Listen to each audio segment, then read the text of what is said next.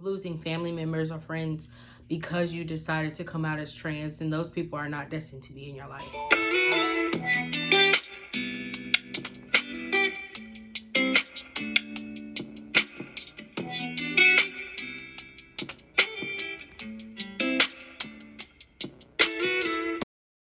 What's up, girls, guys, and all of us outside and in between? I'm the new boy, and welcome to my channel.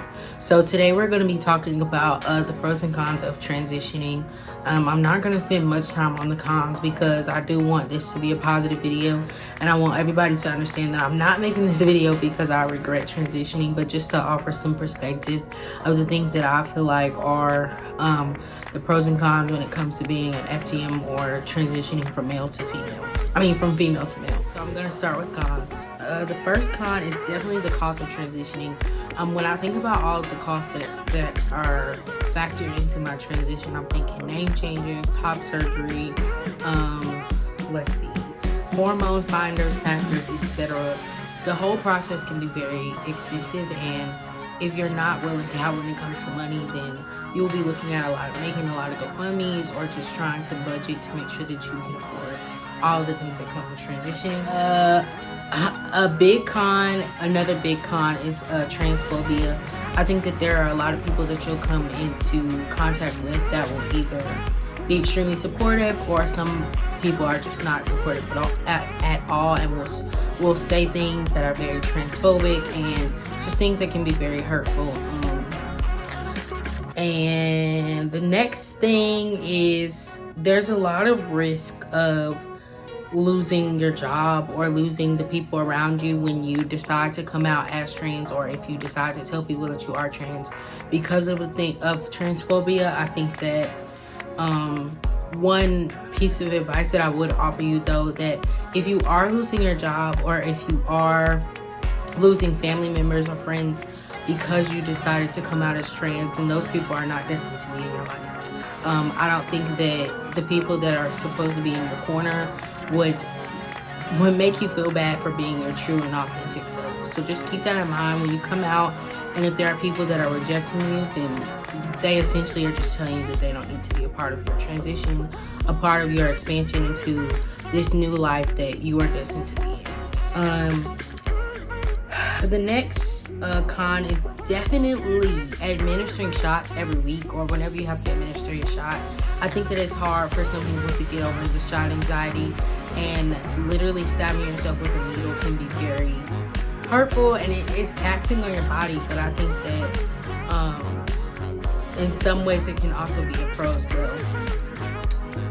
And then the binding, packing, and all of the parts of transitioning that are really just annoying. When it comes to binding, you're wearing a binder all day. It's tight on your chest. Sometimes it's hard to breathe. It's just very taxing when it comes to your body. And I think that if there was a way for us to not have to bind, then some of us wouldn't. Well, I wouldn't. If I could, but if I didn't have to bind, then I would. I think things would be a lot easier because binding is very taxing. So now I'm gonna go into the pros and the things that I really just enjoy about being a trans man or just being part of the transgender community. I think that when you do come out as trans, there's a sense of relief that comes over you, that you're not hiding a part of yourself, and you're able to be the most authentic you that you are. You're able to live as who you feel like you are destined to be, and you don't really have to worry about hiding anything anymore. And I think that another pro is definitely gaining the confidence to get to that stage in your life. I think that it takes a lot for trans folk and non-binary folk to admit it to other people, but also to admit it to themselves, and just to be I'm trans and I'm okay with it. I'm trans and I know that it'll come with transphobia, but I can't hurt myself and hinder myself anymore because I'm worried about what other people are gonna think. I have to think about myself. And one thing that me and my therapist just talked about was the idea of it being seen as selfish. It's not selfish. I think that you should change your your language and change your selfish into self-full, instead of like you've lived your life as a selfless individual and you've thought about everybody but yourself. And in this moment, you have to choose, my cup is going to be full, instead of filling everybody else's cup and making them comfortable with my identity. I'm just going to live as my true self. The next thing that I really enjoy about being trans is just the community that comes with identifying as a trans person. I think that once you identify as a trans person, you put a hashtag on your picture, you know, join a community of people that are welcoming, loving. You gain your chosen family, you gain trans brothers, sisters, and you gain siblings essentially.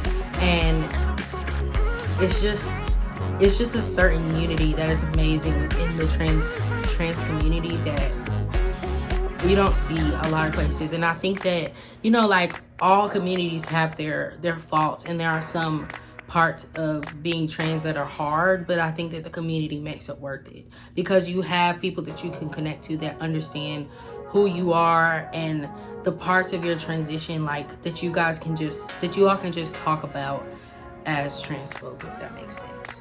I think another thing that I really love or really enjoy about being trans is watching and documenting my entire transition. I think it's so interesting to like watch where I started and like look at pictures and just see how my body has changed, how my face has changed, how my voice is changing constantly, and to be like, wow, like this is really a whole like transition, and I'm becoming my true self at this point, and it just feels good. This week's album of the week is Alpha by Samoht. I'll put a link or something on the in the description box so that you all can listen to it and tell me what you think in the comments. Thanks for watching, and I hope that you all like, comment, share, and subscribe.